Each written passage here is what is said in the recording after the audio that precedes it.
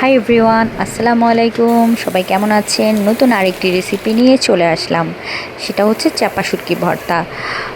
আর সেটাও পাটায় বাটা চাপা শুটকির ভর্তা সবারই অনেক পছন্দ, এমন খুবই মুখরোচক ও সুস্বাদু একটা খাবার। তো শুরু করা যাক। প্রথমে আমি একটু ছোট ছোট গোল গোল আলুকে একটু ধুয়ে নিয়েছি। এরপর আলুগুলোকে পানি দিয়ে লবণ দিয়ে সিদ্ধ করে নিয়েছি। সিদ্ধ করা হয়ে গেলে আলুগুলোকে আমি একটু হালকা টেলে নিব, তেল ছাড়াই টালতে হবে।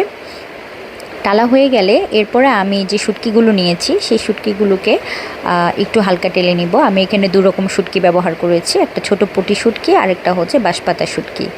এরপরে শুটকি টালা হয়ে গেলে আমি এখানে পেঁয়াজ, কাঁচামরিচ ও কিছু রসুন কুচি আমি টেলে নিচ্ছি। টালা হয়ে যাওয়ার পরে আমি শিল পাটার মধ্যে আমি শুটকিগুলো, এরপরে ভাজা টালা যে আলু, এরপরে পেঁয়াজ যেগুলো টালা আছে সেগুলো আমি সবগুলো এখন বেটে নিব।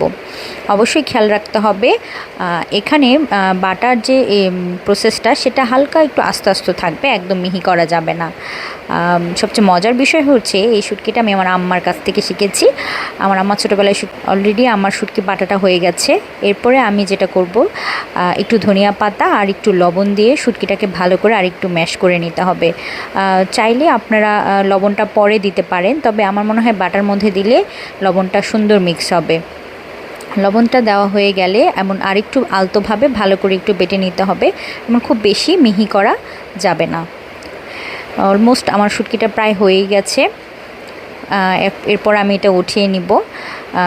খুব মাখা মাখা ভাব হয়েছে, এমন খুবই মজাদার লাগছে দেখতে। এরপর আমি যেটা করব সেটা হচ্ছে আমি এই পাটার মধ্যে কিছু ভাত সুন্দর করে বেটে নিব।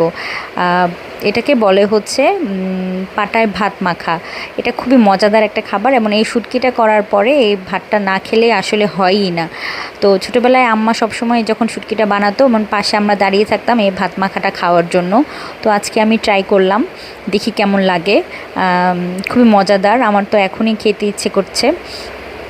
যাই হোক, আমার শুটকিটা আজকের মতো হয়ে গেছে। সবার কাছে কেমন লেগেছে একটু সবাই বলবেন। অবশ্যই লাইক, কমেন্ট, শেয়ার করবেন। আজকের মতো এখানেই থাক। আল্লাহ হাফেজ।